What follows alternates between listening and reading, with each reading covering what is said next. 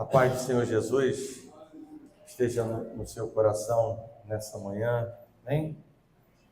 Nós estamos debruçados no estudo da Palavra de Deus na Escola Bíblica Dominical, desenvolvendo o projeto de toda a Bíblia em um ano, um projeto desafiador, e ao mesmo tempo estudando cada um dos livros, né? Hoje gastamos um tempo de qualidade em cima do livro de Ezequiel, mas o que a gente observa no estudo da Palavra de Deus é contemplar de maneira muito clara que o povo de Deus ele viveu, né, por diversas vezes uma inconstância espiritual. E às vezes essa inconstância espiritual ela só é possível ser observada, né, quando a gente coloca uma linha do tempo em que a gente pontua um ponto de baixa e depois num outro momento um ponto de alto e depois novamente um ponto de baixo. Mas em determinados momentos da história, como estudamos no livro de Jeremias, um profeta que por 40 anos prega uma palavra, né?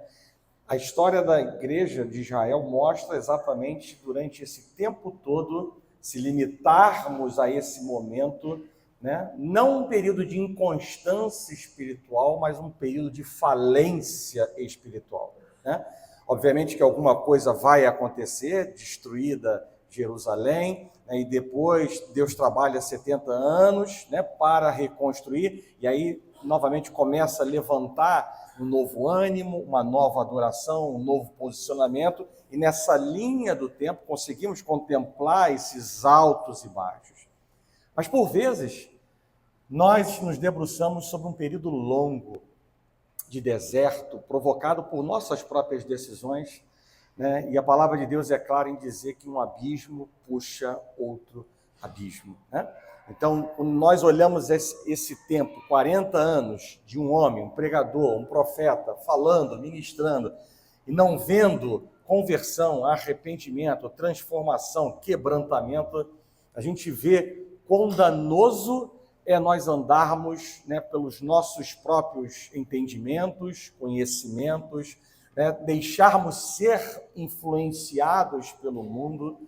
E na semana passada, nós tivemos a oportunidade de, nesse altar, estar pregando sobre a questão de render-se a Deus, né?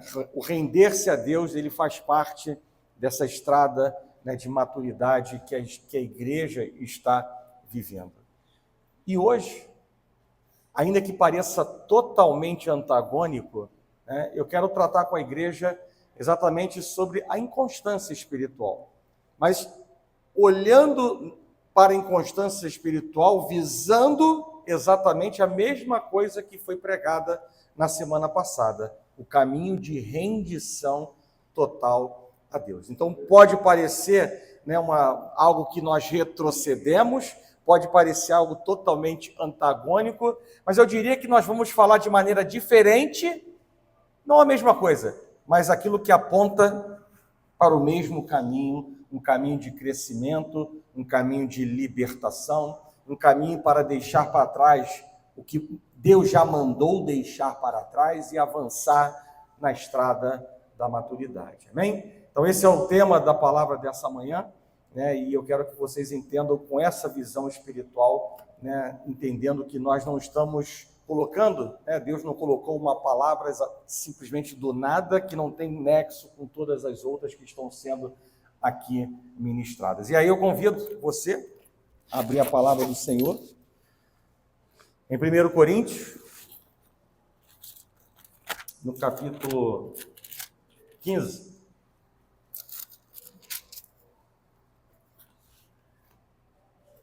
Nós vamos ler um versículo. Opa, caiu aqui o...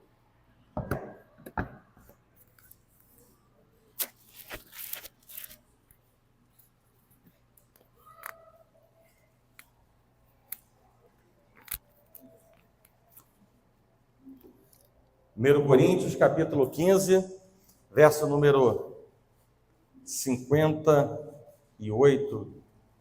Você conhece, certamente você já ouviu falar sobre esse versículo. 1 Coríntios, capítulo 15, verso 58, diz assim a palavra de Deus: Portanto, meus amados irmãos, sede firmes, inabaláveis e sempre abundantes na obra do Senhor, sabendo que no Senhor o vosso trabalho não é em vão. Amém? Vamos orar. Senhor Deus e Pai, graças te damos por essa manhã, a oportunidade de estar na sua casa, na sua presença e debaixo da tua palavra, do teu senhorio, Pai, para que o Senhor, mais uma vez, como um Deus poderoso, majestoso, grandioso, possa trabalhar, Pai, em nossas vidas. Te damos total liberdade para ministrar e falar, Pai, aos nossos corações. Desarma-nos, Deus, de nossas próprias armas, questionamentos, murmurações, ansiedades, preocupações, de tudo aquilo, Deus, que seja contrário ao teu haja nessa manhã. Joga por terra, Pai, em nome de Jesus, para que o Senhor, de maneira plena, por meio do teu Espírito Santo, possa trabalhar em nossas vidas e possamos, Deus, ser avivados, possamos, Deus, abrir os nossos olhos espirituais, possamos, Deus, por meio da tua palavra, fortalecer a nossa fé e não, Pai, andar por caminhos errantes, aquilo que desagrada o seu coração, e estarmos, Deus, limitados ou limitando o teu mover sobre nossas vidas e, consequentemente, sobre a igreja, Pai. Em nome de Jesus, Pai, me dá liberdade para falar em teu nome, para que sinta também, Deus, a tua presença, assim como a igreja nessa manhã. Assim nós oramos e nós agradecemos por tudo, em nome de Jesus, que a igreja do Senhor diga amém. Podem sentar. Bem, eu vejo de maneira clara, por meio desse versículo que nós acabamos de ler, Paulo, ele nos adverte contra a inconstância espiritual, né? Dizendo de maneira muito clara: sede firmes e inabaláveis, ou seja, sede constantes, sede perseverantes e não vulneráveis e inconstantes. E mais ainda, sejam sempre abundantes na obra do Senhor, porque isso é um caminho virtuoso para que o nosso eu interior diminua e o Senhor cresça na nossa vida. E, consequentemente, eu posso afirmar que o risco de cair, de tropeçar, ele seja vertiginosamente decrescido. Sabe por quê? Porque os nossos objetivos serão ou passarão a ser, né, o de satisfazer aquele que nos arregimentou, de ser um instrumento para a glória de Deus, de ser um servo aprovado, de ser um obreiro aprovado. E nessa manhã, eu quero fazer um raio-x desse problema chamado inconstância espiritual. O irmão Alessandro, hoje na aula sobre Ezequiel, falou de certa maneira sobre isso, sobre a inconstância espiritual, sobre a maneira como hoje o mundo, incluindo a igreja, leva ou trata essa questão, esse comportamento, dentro e fora da igreja. E eu quero não somente fazer o raio-x, desse problema chamado inconstância espiritual, mas também, e obviamente que levantando alguns fatores que podem contribuir ou estar contribuindo para esse fraquejamento, mas assim também apresentar um antídoto contra esse veneno espiritual, que é a inconstância espiritual, obviamente que por meio de uma clara direção da palavra de Deus, e assim permitir que a gente viva na dispensação da orientação, da exortação que Paulo fez para nós estarmos firmes e inabaláveis diante das circunstâncias que estamos vivendo ou que vamos viver. E eu quero apresentar para vocês algum desses fatores. E não necessariamente eu venho ranquear, o primeiro é o mais importante, o segundo seja o segundo mais importante, mas apenas compartilhar com a igreja alguns fatores que podem estar contribuindo negativamente para o fraquejamento, para a inconstância espiritual. E o primeiro fator que eu quero trazer para vocês é a questão do excesso de trabalho. O excesso de trabalho ele contribui para a inconstância, ou ele pode contribuir para a inconstância espiritual. O trabalho, não tenho dúvidas de que ele é bênção de Deus.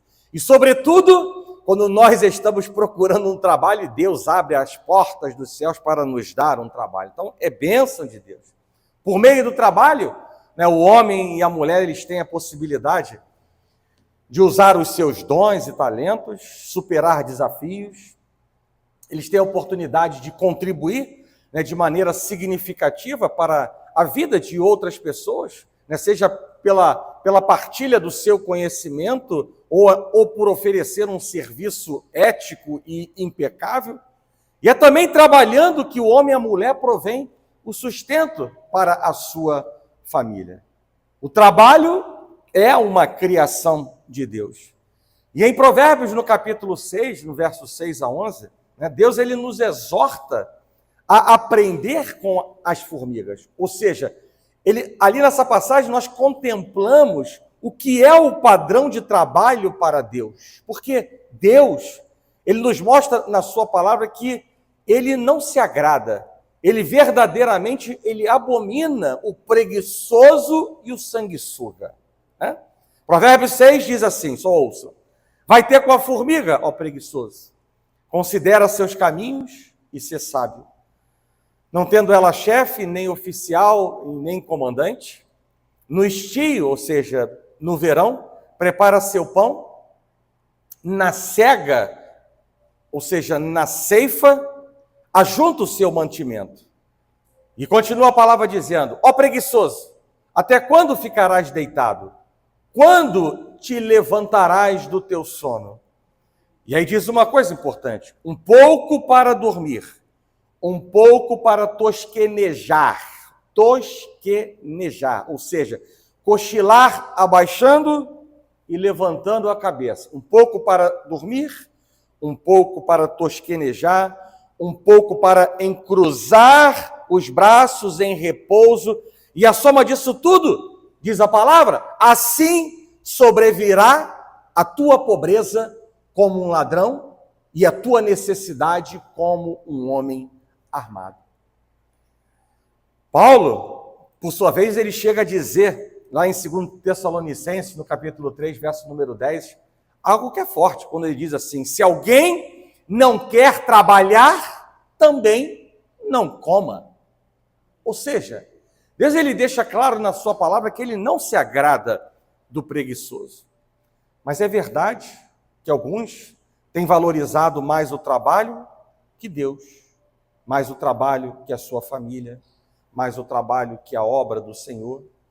E parecem estar mais preocupados com suas reputações, com os bens materiais, do que com a aprovação de Deus, do que com a aliança com Deus, do que andar com o Senhor, com os tesouros espirituais. Por quê?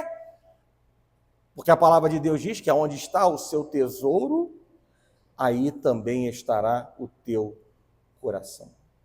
E aí eu lembro a igreja, algo que eu tratei no profundo durante o curso Obreiro Aprovado no ano passado, com os obreiros dessa igreja, e lembrando a todos nós que nós somos corpo, alma e espírito.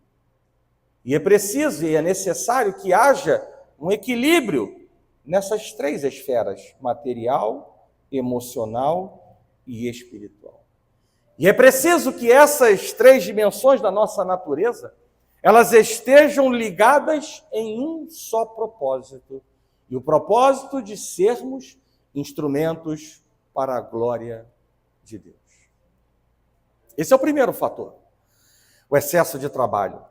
E ele pode, ou por muitas vezes, ele ocasiona a inconstância espiritual por conta do maior tempo dedicado, das preocupações, das ansiedades, vivendo pelas circunstâncias, não dando um tempo de qualidade para Deus, separando um tempo de qualidade para estar na presença de Deus. Sim, Deus sabe de tudo. É como eu já disse aqui por diversas vezes, Deus sabe de tudo, inclusive o trabalho que Ele te deu, ou que Ele permitiu que você estivesse trabalhando. O que Ele não quer é ver em nós justificativas. para não fazer aquilo que já não somos mais inocentes para fazer. Se temos muito trabalho, temos que tirar de algum lado do nosso sono, sermos mais eficientes de alguma maneira, para que a gente não venha negligenciar algo que sobremaneira é importante na nossa vida, que é a comunhão com Deus, é a aliança com Deus, o relacionamento com Deus, a nossa oração, o estudo da palavra de Deus, gastar um tempo de qualidade na presença de Deus, ficar calado para ouvir Deus falar ao seu coração. Outro fator que contribui negativamente para viver a oscilação espiritual são problemas de fórum íntimo não resolvidos. Mágoas não curadas, ciúme possessivo, falta de perdão. Mateus 6,15 diz: se, porém, não perdoardes aos homens as suas ofensas, tampouco o vosso Pai vos perdoará as vossas ofensas. Bem, isso você já sabe, né? Então eu vou te levar, fazer um link com outra palavra em Isaías, no capítulo 59, que vai dizer uma coisa extremamente importante, linkada com essa primeira palavra, que diz: mas as vossas iniquidades fazem separação entre vós e o rosto de Deus, e os vossos pecados encobrem o seu rosto de vós, o rosto de Deus de nós, para que ele não nos ouça. Vejam a importância de perdoar. Sem perdão, nós estamos limitados à nossa força. Sem perdão, nós estamos limitados ao nosso conhecimento. Sem perdão, nós estamos limitados aos nossos planos. Sem perdão, nós estamos limitados à nossa vontade diante de uma realidade clara e diária de nossas vidas, que é a luta espiritual. E não adianta nada ir para a musculação, não adianta nada comer muita proteína, porque isso de nada valerá na batalha espiritual que nós temos diariamente. Nas decisões que diariamente não são poucas, que no mundo espiritual nós estamos apontando para negar ou confessar Cristo Jesus, seja por meio dos nossos lábios, da nossa mente ou dos nossos posicionamentos. E o perdão, igreja, ele é tão importante, que Mateus 5, 23, 24 vai dizer algo que também eu tenho dito aqui nessa igreja, muito importante. Se, pois, ao trazeres ao altar a tua oferta, ali te lembrares de que teu irmão tem alguma coisa contra ti, deixa perante o altar a tua oferta, vai primeiro reconciliar-te com teu irmão, e então, voltando, faze a tua oferta. Deixando claramente para nós a mensagem de que o perdão, ele precede a verdadeira adoração. O perdão, ele deve preceder a verdadeira adoração. O perdão, ele precede a nossa oferta viva ao Senhor. O perdão, ele deve preceder a nossa oferta viva para Deus. Problemas de fórum íntimo não resolvidos, não evoluídos, não libertos, são um entrave para a nossa caminhada espiritual. Um terceiro fator que é também considerável para derrubar muitas pessoas é a questão de motivações erradas no coração. Motivos em ação errados, nutridos dentro do coração. E aí, por exemplo, eu mostro que quando a motivação de nossas decisões é a nossa vontade própria ou a necessidade de resposta no meu tempo. Por exemplo, quando a motivação da minha adoração a Deus é ver a providência de Deus. Quantos se achegam a Deus exatamente como barganhando com Deus, num relacionamento de toma lá, Deus dá cá. Eu estou dando o meu tudo. E agora, Senhor, faça o teu milagre. Quantas motivações erradas em votos, cuja motivação é uma decisão emocional e não uma decisão espiritual. E aí nós vamos colher decepções, frustrações, e isso vai ou poderá afetar a nossa vida espiritual. Mas eu também diria que quando a nossa motivação para servir a Deus, e aí presta muita atenção, porque isso os meus olhos estão cansados de ver durante 30 anos de vida com Deus.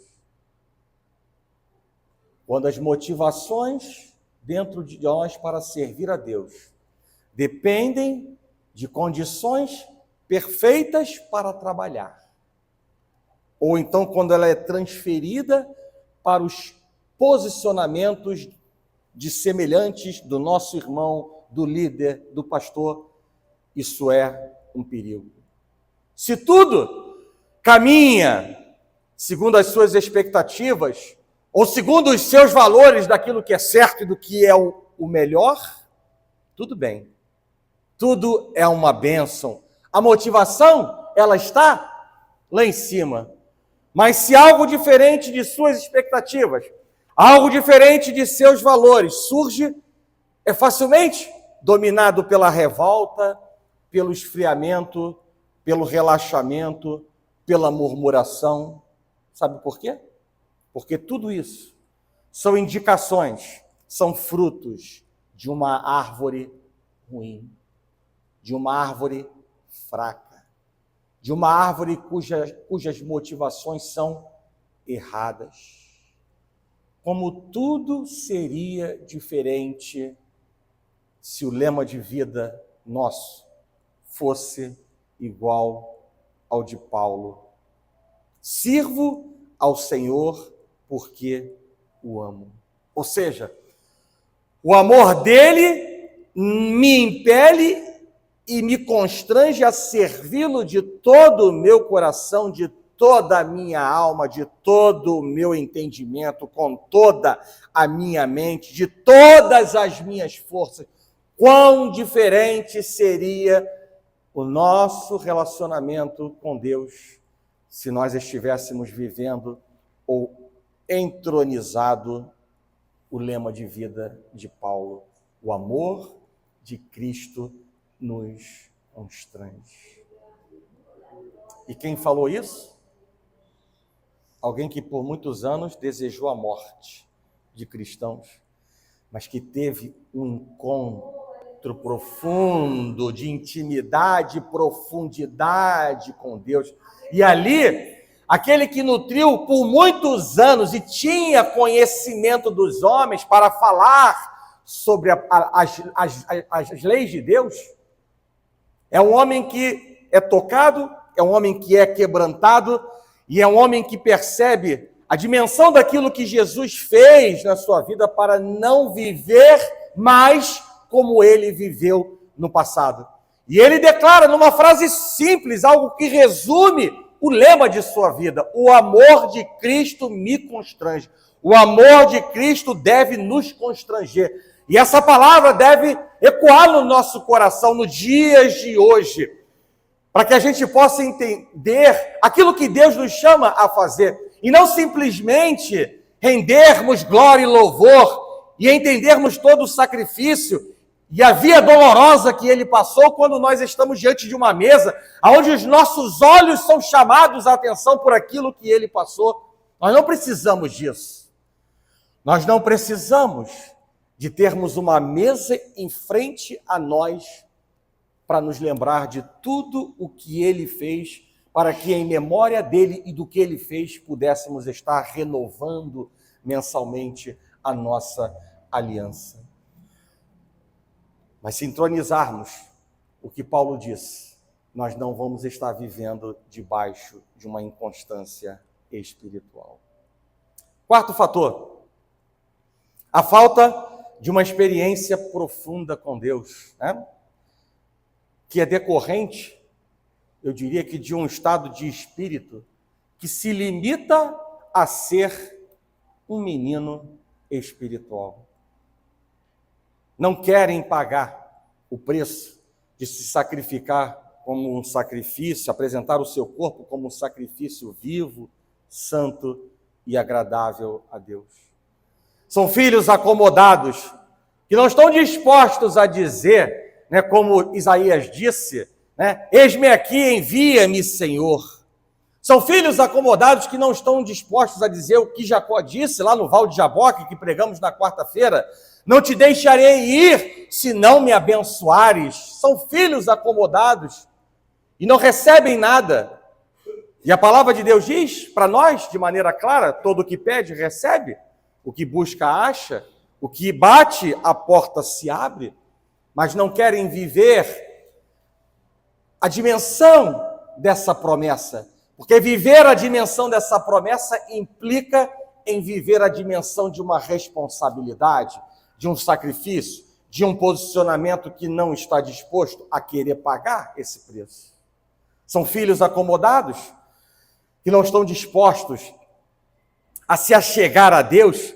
E quando eu falo se achegar a Deus, eu não estou falando de intenções e planos, não, porque muita gente fala, É como eu disse, não sei para onde, para quem e quando, mas foi recente, o gerúndio do nada. Foi ontem? Foi ontem na reunião da juventude, pronto, me lembrei. O gerúndio do nada. Não, eu estou fazendo sim, pastor, sim, mas o que já evoluiu em 2 meses? Não, pastor, absolutamente nada. Não, eu estou pensando em fazer sim, mas qual é a ação que você já tomou? Não, pastor, eu ainda estou no planejamento. Então, ou seja, se achegar a Deus, quando eu falo de achegar a Deus, eu não estou falando de intenções e de planos, eu estou falando de ações e posicionamentos para ter um encontro com Ele, para serem mudados pelo Senhor, Mas estão acomodados, e aí não vão entrar também na dimensão de uma outra promessa que a palavra de Deus nos diz: invoca-me e eu te ouvirei, serei achado de ti, achegue-se a mim e eu também me achegarei a vós outros. É o que diz a palavra de Deus, mas não estão querendo isso. Mas eu quero te dizer que quem realmente teve alguma experiência genuína com Deus, jamais o deixa, jamais sai da sua presença. Nós estamos suscetíveis a passar por turbulências momentâneas na vida, na nossa fé, mas quem teve alguma experiência profunda com Deus é como se fosse o bambu. Balança, balança, mas não cai. E não vive uma inconstância espiritual. Um quinto fator para a inconstância espiritual é a falta de conhecimento e alicerce na palavra de Deus. E qual é a relação que isso tem com a inconstância espiritual? Total. Por quê? Porque quem não tem conhecimento, tem déficit de conhecimento e não está alicerçado na palavra de Deus, é uma pessoa que está impelida a fazer o que acha mais reto ser feito. É uma pessoa onde a gente não vê que não existe freio, não existem limites, e isso limita o crescimento espiritual, o atingimento da maturidade, a estar firme na rocha. Jesus, ele nos disse em Mateus 7, a partir do verso número 24, algo que você conhece, mas é bom reforçar esse conhecimento que diz: todo aquele, pois, que ouve as minhas palavras e as pratica, esse será comparado a um homem prudente, que edificou a sua casa sobre a rocha. E aí caíram as chuvas, transbordaram os rios, sopraram os ventos e deram com ímpeto contra essa casa, que não caiu, porque estava edificada na rocha. Mas a palavra de Deus vai complementarmente e de maneira oposta ao que foi dito antes, dizer que todo aquele que, por sua vez, ouve a palavra de Deus e não as pratica, ao invés de ser comparado a um homem sensato, será comparado a um homem insensato, que edificou a sua casa sobre a areia. E aí, quando vieram as mesmas condições adversas, quais sejam a chuva, e transbordaram os rios, e sopraram os mesmos ventos, e deram com ímpeto contra aquela casa, ela desabou, sendo grande a sua ruína. Quanta instabilidade, quanta imaturidade ainda florescem dentro das igrejas, porque a palavra de Deus, que é viva e eficaz, e é mais cortante do que qualquer espada de 2 gumes, e que penetra até o ponto de separar, de dividir alma e espírito, juntas e medulas, e que é apta para discernir os pensamentos e propósitos do coração, aonde diz a própria palavra que não há criatura que não seja manifesta nela, ainda não é o tesouro de maior interesse desse filho e dessa filha. Quantos livros, quantas revistas, quantos jornais, quanto tempo hoje em mídias sociais já foram lidos e contemplados na sua vida, mas pouca reverência há ao grande manual da vida, que é a palavra de Deus. É mais ou menos, só para que vocês possam entender o cenário, é mais ou menos como se de um lado estivesse Deus, com toda a sua soberania e sabedoria, pronto para transmitir com amor e por amor as boas novas. De um lado, Deus pronto para apresentar pela graça o caminho de vitória para nós. Lá, Deus pronto para entrar com alegria na vida do seu filho e lhe conduzir a dimensão do que a palavra de Deus diz em 1 Coríntios, no capítulo 2, verso número 9. Nem olhos viram, nem ouvidos ouviram, nem jamais penetrou em coração humano aquilo que Deus tem preparado para aqueles que o amam. De um lado, Deus pronto para oferecer misericórdia, as respostas para as nossas necessidades e dúvidas. De um lado, um Deus pronto para fazer infinitamente mais de tudo o que pensamos, esperamos e merecemos em nossas vidas. E do outro lado, alguém como Marta, tomado por seus afazeres e que deixa de aproveitar o melhor, que é a presença de Deus. Alguém frio e insípido, que se sacia com o pouco e não está verdadeiramente buscando estar na condição de servo aprovado, de obreiro aprovado. Alguém desse lado como Geazi, o moço de Eliseu, sem visão espiritual, para o capacitar a enxergar a grandeza de Deus e o que Deus está fazendo. Alguém desse lado como o rei Joás, com visão emprestada, que se limita a receber o que o pastor fala, o que o pastor prega. E assim vivia Joás. Enquanto o sacerdote Joiada viveu, tudo ia bem. Enquanto ele viveu, ele dirigiu muito bem o seu reinado. Mas bastou o sacerdote Joiada morrer para o rei começar a enfrentar diversos problemas e a reprovação de Deus, simplesmente porque estava diante de uma visão emprestada. E assim, esse cenário está presente em muitas igrejas e não é diferente da nossa. Um Deus todo-poderoso, um Deus de aliança, que deseja aliança e deseja reciprocidade nessa aliança. E do outro lado, pessoas como muros, colocando muros para ter intimidade com Deus. A intimidade com Deus, ela está disponível para todos, ainda que ela não seja para todos. Está disponível. Mas as nossas decisões apontam, como eu venho dizendo para a igreja, quem nós queremos ser e o que nós queremos escolher. E aí, quando eu falo quis de querer, é com o que maiúsculo. Aí eu quero intimidade com Deus, sim. Aí vamos entrar numa outra palavra, a lei da semeadura. O que planta, colhe. mais ainda, com um adendo, que se planta, se colhe.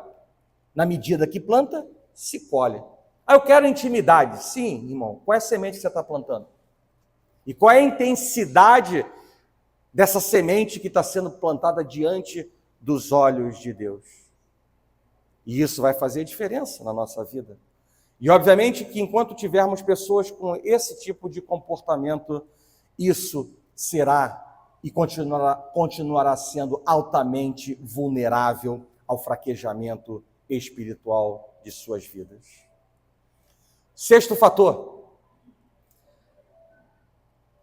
E aí a gente entra, de certa maneira não, entra por inteiro na palavra que foi ministrada na sexta-feira, no culto das mulheres, um outro fator que afeta negativamente essa questão da inconstância espiritual, que é a vida de conformidade, né? Uma vida moldada, que aceita passivamente os pecados do velho homem, da velha natureza. Quando Deus ele já nos disse para nós não trazermos à existência aquilo que Ele já mandou deixar para trás. Igreja, quanta coisa seria diferente em nossas vidas se nós respeitássemos os limites de Deus. Quantas coisas seriam diferentes na nossa vida se os sims e os nãos de Deus fossem os nossos sims e os nossos nãos. Quantas coisas seriam diferentes em nossas vidas se as nossas decisões elas fossem tomadas com balizamento na palavra de Deus, que vai dizer, entre tantas coisas, algo que você também já ouviu da minha boca nesse altar, mas que eu vou repetir porque é importante. É uma coisa tão simples e às vezes a gente deixa de trazer isso à memória e nós mergulhamos em algo que não agrada o coração de Deus e não faz bem para a nossa vida. E a palavra de Deus vai dizer, lá no livro de 1 Coríntios, em duas passagens, em dois capítulos distintos, algo que parece idêntico, mas não é. Eu diria que é quase 75% são versículos idênticos, mas a parte final, que é o 25% final, ele tem uma variação de um fala uma coisa e do outro fala outra coisa. E a Bíblia diz assim: todas as coisas me são lícitas, mas nem todas convêm. Todas as coisas me são lícitas, mas eu não me deixarei dominar por nenhuma delas. 1 Coríntios 6, verso número 12. E aí, parecido com isso que escutamos em 1 Coríntios, no capítulo 10, verso número 23, diz: todas as coisas me são lícitas, mas nem todas convêm. Já tem 50% igual. Todas as coisas me são lícitas, 75%, mas nem todas edificam. Né? E aí eu lembro a igreja, né? Quantas coisas está, eu sei que está, cadê a Chiquinha? Está ali, Chiquinha. Chiquinha me faz lembrar dessa passagem, porque a Chiquinha foi para a Bahia, voltou, e ela uma vez, né, confidenciou, abriu o seu coração e falou: pastor, uma vez o senhor pregou sobre isso, eu nunca mais esqueci. Né? E ela cantou quais eram as perguntas, e eu vi que de fato não tinha esquecido, não foi só para falar que não esqueceu, mas esqueceu de fato as perguntas, não. Ela se lembrou, né, das perguntas. E quanta coisa seria diferente se nossas decisões elas fossem balizadas, né, em 4 perguntas que nós podemos extrair desses versículos. Se você fez parte do curso Obreiro Aprovado, é tempo de relembrar. Se por acaso você não esteve presente em algum dos cultos nesse último 1 ano e meio, é tempo de relembrar, se esteve. E se não esteve, é tempo de escutar pela primeira vez e colocar no seu coração, baseado nesses 2 versículos. Né? 4 perguntas que nós extraímos desses versículos. E aí, importante, o que eu estou fazendo? O que eu estou querendo? O que eu estou pensando? Aí eu vou entrar nas perguntas. É lícito? Ou seja, é algo que é permitido? É algo que é de acordo com a lei de Deus? Deixa eu falar com essa mão, que aqui tem um dedo que prende, ele não quer contar o terceiro. Então vamos lá. É lícito? Ou seja, é algo permitido? É algo que está de acordo com a lei? É algo que convém? Ou seja, vai ser bom para mim? Todas as coisas me são lícitas. É lícito, mas nem todas convêm. Aí vem a segunda pergunta. Convém?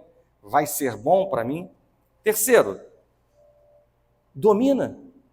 Ou seja, traz um domínio positivo para a minha vida.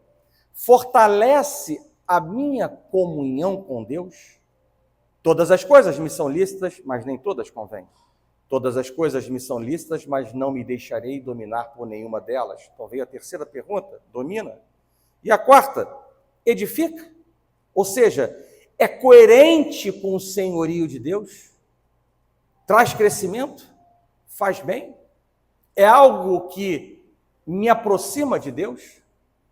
E aí, não precisa fazer grande esforço, mas se apenas uma dessas perguntas, seja na primeira, na segunda, na terceira ou na quarta, mesmo que seja na última pergunta, se vier um não, se você ali entender que é um não, cai fora. Se apenas um não tiver presente em uma das respostas, pode ter certeza que o que você está pretendendo fazer, que o que você está querendo fazer, que o que você está pensando em fazer não é bom para você, não é bom para a sua vida espiritual e não tem a aprovação de Deus. É por isso que eu vou endossar o que a diaconisa Luciana falou na sexta-feira, em Romanos capítulo 12, verso número 2.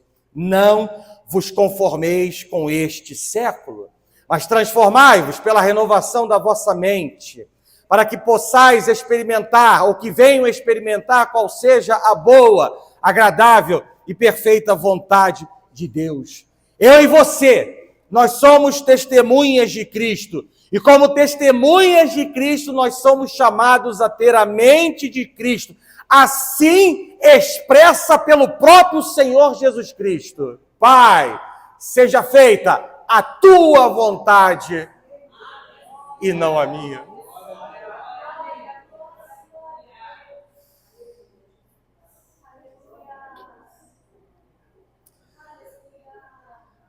E o último fator que eu listo, que contribui negativamente para viver a oscilação espiritual, dentro do número 7, que é o número da perfeição, é a falta de compromisso com Deus.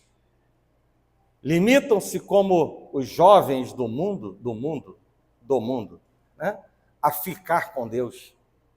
Ficam com Deus no culto, ficam com Deus na aflição, ficam com Deus na necessidade, mas não querem nada sério, porque isso vai gerar deveres, isso gerará responsabilidade, isso vai ocupar o seu tempo, isso vai trazer privações, querem ter liberdade para fazer o que quiserem, o que acha, como eu já disse antes, o que acha melhor ser feito. E isso é um caminho para a inconstância espiritual. Muitas vezes, nós atribuímos ao diabo a culpa pelos nossos erros, pelos problemas que nós estamos vivendo, pelo tipo de vida espiritual que estamos levando, ao invés de nós olharmos para dentro de nós mesmos e contemplarmos aquilo que efetivamente nós estamos plantando na nossa vida espiritual. E desses 7 fatores que foram mencionados agora, nessa manhã, desses 7 que contribuem direta e negativamente para a inconstância espiritual e que podem nos impedir de sermos servos fiéis e maduros para o Senhor nos colocar no muito, porque a palavra de Deus é clara, sede fiel no pouco e no muito o Senhor nos colocará. Eu quero dar uma boa notícia para você. Todos esses fatores, eles estão no nosso domínio de responsabilidade. Eles podem estar no nosso domínio hoje de irresponsabilidade. Mas eles também podem estar no dia de hoje, ao receber a palavra de Deus, dentro do nosso domínio de responsabilidade. E isso é bom. Isso é bom, porque Deus está nos dando a faca e o queijo. para Ele poder transformar as nossas vidas. Não são raras as vezes que nós parecemos como o povo de Israel, recém-saído do Egito.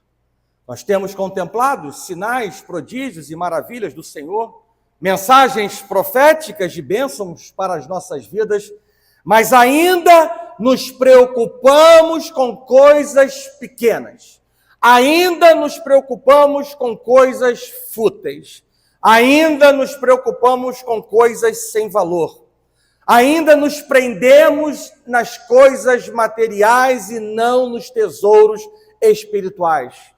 O tangível e o imediatismo continuam sendo mais importantes do que estar aprovado diante dos olhos de Deus e gerar alegria no coração do Senhor para Ele dizer a nosso respeito assim: servo íntegro e reto, temente a mim, que constantemente se desvia do mal. Queira escutar isso do seu Deus. Provoque o mundo espiritual para que ele fale isso a teu respeito. Servo íntegro e reto, temente a mim, e que constantemente se desvia do mal. Queira ouvir isso do teu Deus, mas não queira escutar a mesma palavra de confrontação que o Senhor, ele liberou a Moisés para transmitir ao povo, quando ele disse: até quando? Até quando recusareis guardar os meus mandamentos e as minhas leis? Até quando cocheareis entre dois pensamentos? Até quando vivereis a imaturidade espiritual que limita a grandeza daquilo que Deus tem para entregar? Até quando? Até quando Deus vai comunicar a sua mensagem e isso não produzirá frutos dignos e verdadeiros de arrependimento, de mudança, para nós avançarmos para as coisas que diante de nós o Senhor está colocando e deixarmos para trás aquilo que Deus já mandou deixar para trás, aquilo que Deus já mandou ser abandonado de nossas vidas.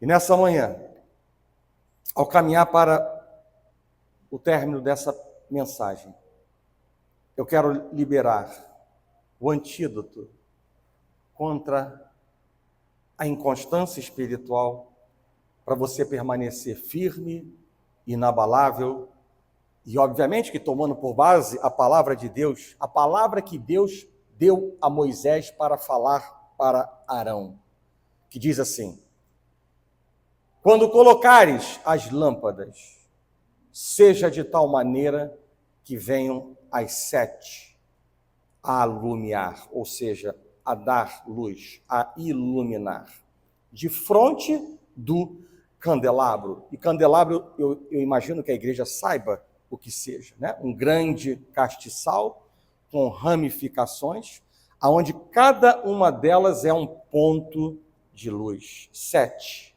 pontos de luz. E o antídoto para combater a inconstância espiritual e, ao mesmo tempo, uma palavra para manter você de pé. Porque Paulo nos exorta: aquele que está de pé, cuidado para que não caia. Então essa palavra, ela vale para quem está vivendo uma falência espiritual, como o povo de Israel viveu na época de Jeremias, que culminou com a entrada, tomada da Babilônia e a destruição total.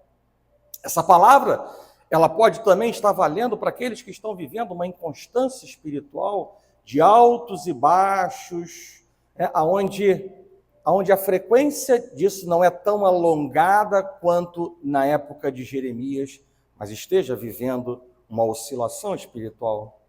Mas ela também é válida para aqueles que estão de pé, para permanecerem em pé. E o antídoto para isso é manter acesa 7 lâmpadas espirituais. E aí eu vou dizer para vocês: mantenha acesa a lâmpada do testemunho.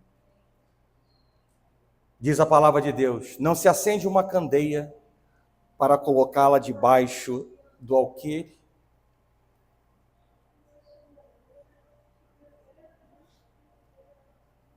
mas do velador, e alumia e ilumina a todos os que se encontram em casa.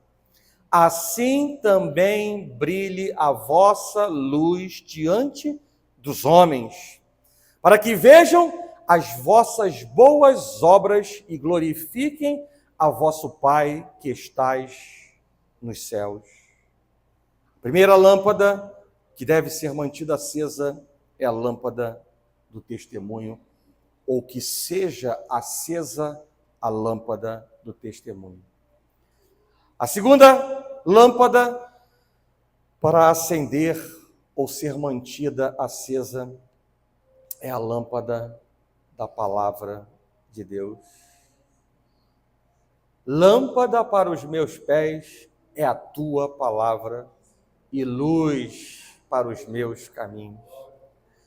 Assim como a lâmpada, ela nos permite explorar uma caverna escura, a luz das Escrituras também nos permite explorar qualquer lugar para onde Deus queira que vamos.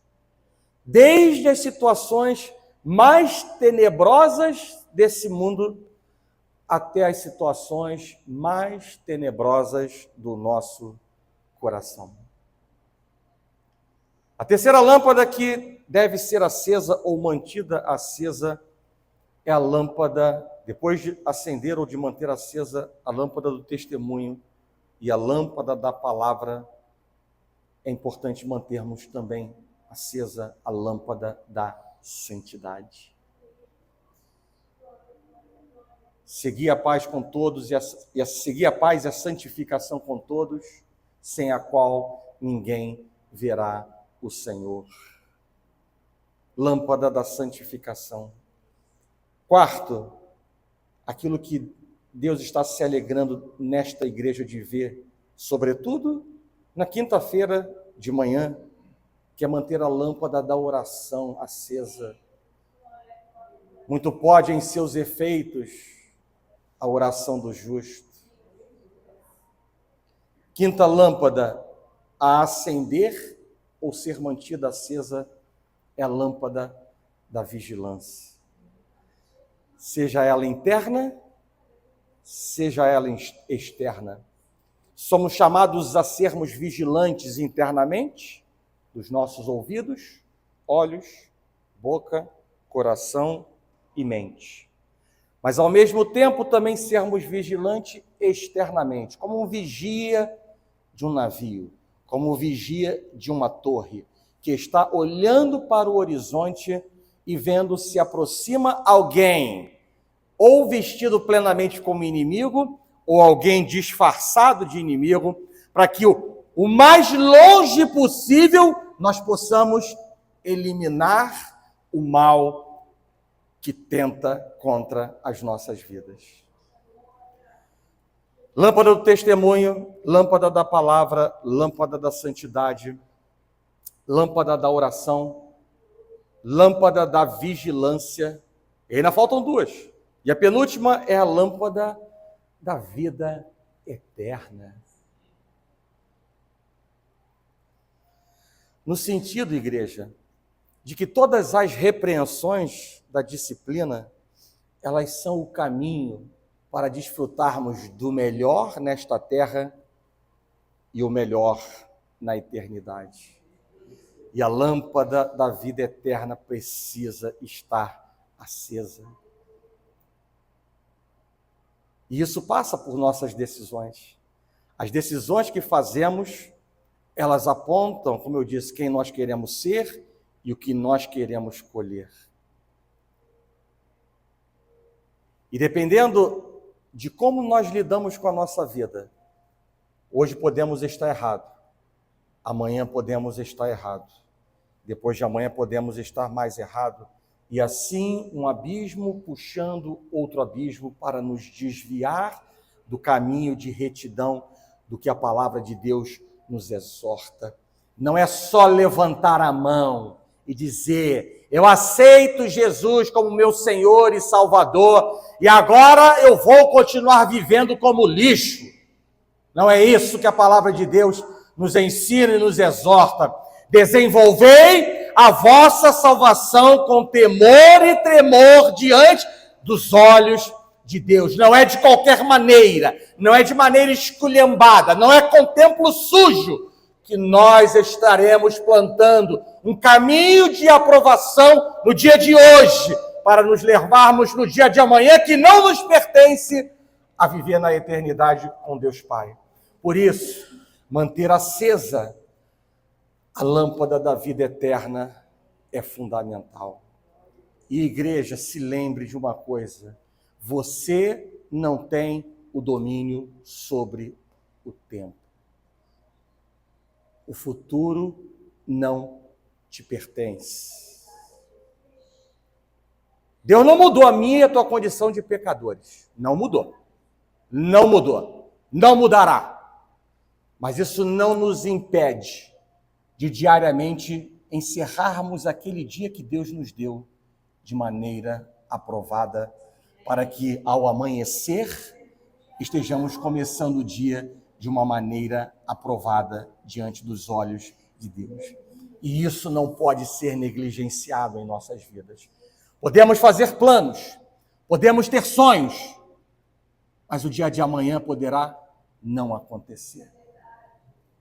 E por isso, tomarmos decisões coerentes com a palavra de Deus, alinhadas à vontade de Deus, selando o selo da aprovação de Deus, é algo importante em nossas vidas.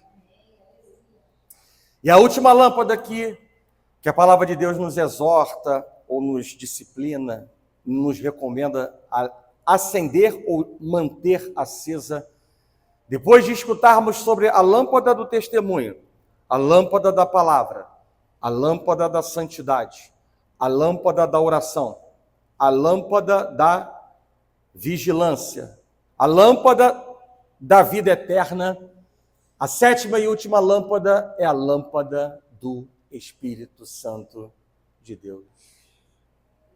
Sabe por quê? Porque ele, o Espírito Santo de Deus, vai colocando dentro do teu vaso o seguinte: é ele que te faz lembrar da palavra de Deus, é ele que te convence da justiça, do juízo, do pecado. Vai colocando no teu pote. É ele que te conforta ou te confronta e te agita se alguma coisa está correta, alinhada à vontade de Deus ou se está distoante do querer de Deus. É ele que avisa o seguinte: esse é o caminho, andai por ele. É ele que nos santifica, é ele que intercede por nós com gemidos inexprimíveis junto ao Pai. É ele que tem poder para vivificar aquilo que sai da nossa boca quando nós oramos. Esse é o Espírito Santo de Deus, que não pode viver em qualquer casa. E é por isso que essa lâmpada precisa também estar acesa. E a mensagem final para a igreja é exatamente essa: mantenham acesas essas 7 lâmpadas espirituais na sua vida. Começamos com um caminho torto da inconstância espiritual e nós chegamos a um ponto virtuoso. Para quê? Para nos render a Deus, porque esse é o querer de Deus, a rendição a Ele. Para quê? Para que a gente possa ver a glória de Deus enchendo os nossos templos. Amém?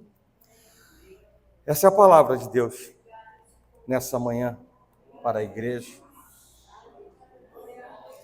E nessa manhã eu quero convidar a igreja a vir ao altar do Senhor. Deus se alegra quando nós dobramos o nosso joelho, quando nós nos rendemos a Deus. E eu convido o exército de oração, né, a se posicionar atrás dos soldados valentes que vêm ao altar.